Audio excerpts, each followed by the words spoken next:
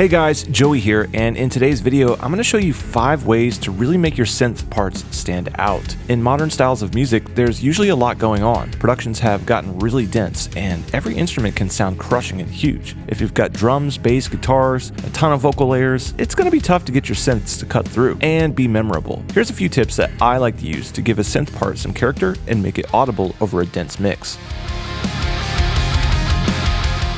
The first tool I'm going to cover is saturation. Emulating some tube warmth, analog noise, or light grit is a great start to a synth tone. A problem that many synths have is that they sound great on their own, but in the mix, they kind of sound out of place. There can be an unnatural amount of high frequency content, and they can sound too clean. If you're mixing a rock track or something that's supposed to sound like a band, synths tend to sound too pristine. Any additional tape saturation plugin will help by rolling off the extreme high end and exciting the harmonics, making the synth warmer. Let's give it a shot.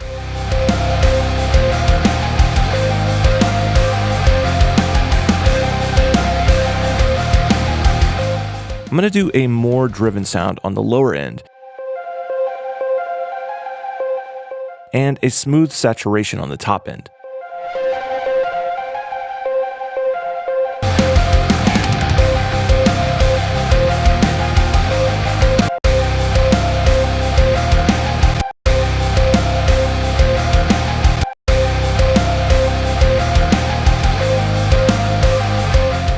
That sounds about right. Now there's a little extra drive that makes the synth fit into this mix.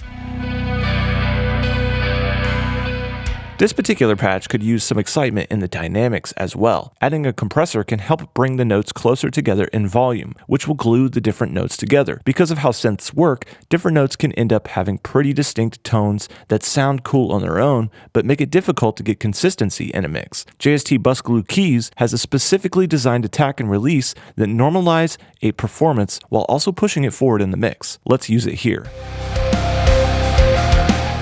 I'm going to crank the compression knob and listen to the different modes.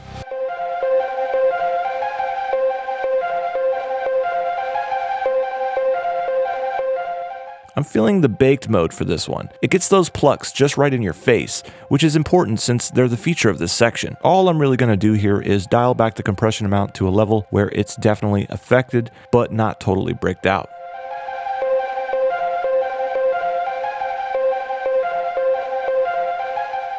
Awesome. This processor also saturates the signal just to add on to what we already have.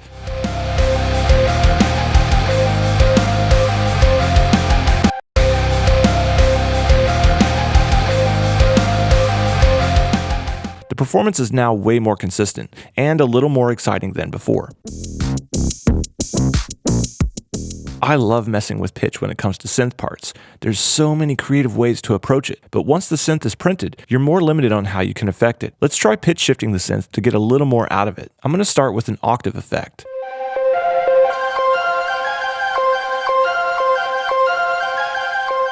Next, I want an octave down.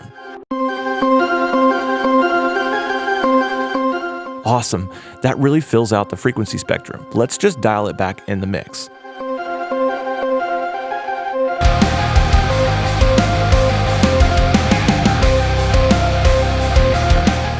Alright, now let's add a harmony. This one is going to totally depend on the song and the source, so make sure you're not adding a harmony that clashes with anything. For most songs, a fifth above won't cause too much trouble. Just make sure that you listen to it in context.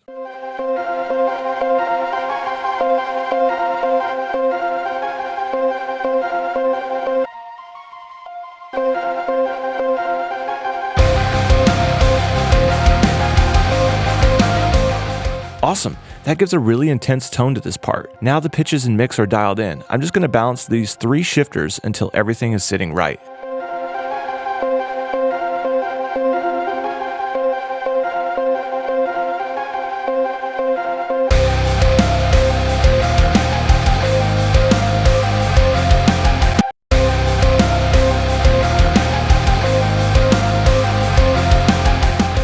I'm loving the sound of this.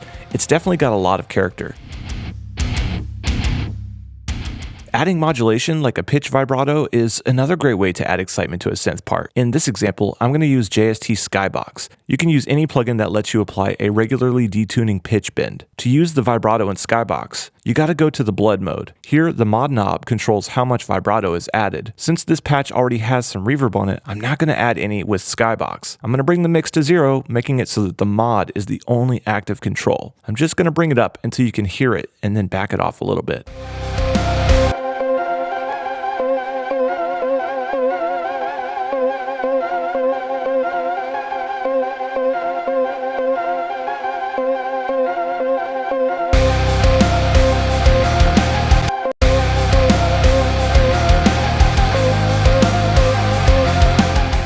Cool. That made this part super distinct. Since the pitch is being applied evenly across the note, it helps with consistency too.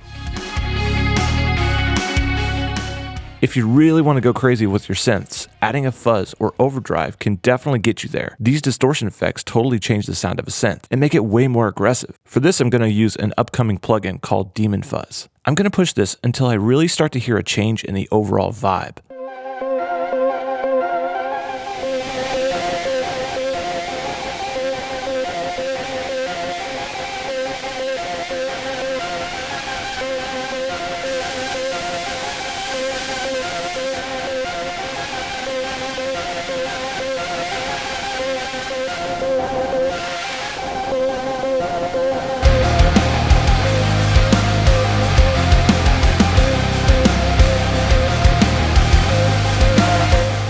That's definitely aggressive, but I'm losing the tone of the instrument. Let's bring the mix down until I can hear the distortion and the source tone.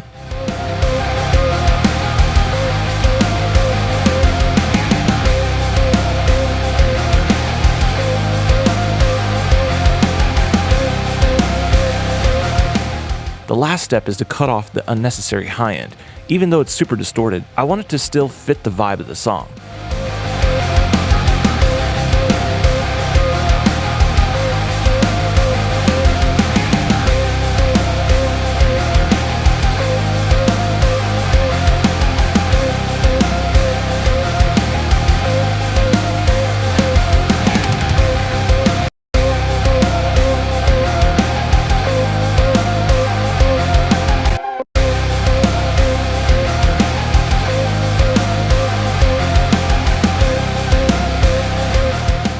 The distortion brought this from a background element to something that can't be ignored.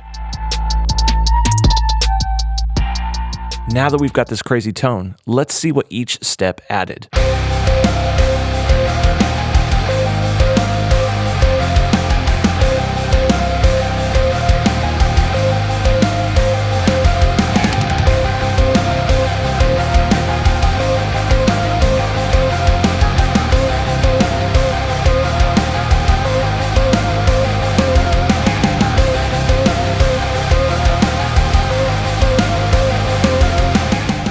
Personally, I think the distortion tone is super fun, but level 4 fits best for this song.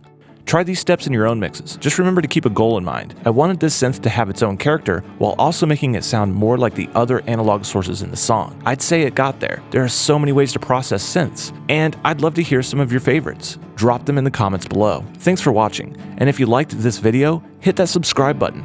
Don't forget to check the links in the description below, and tap that bell to get notified whenever we upload new videos. Until next time, happy mixing.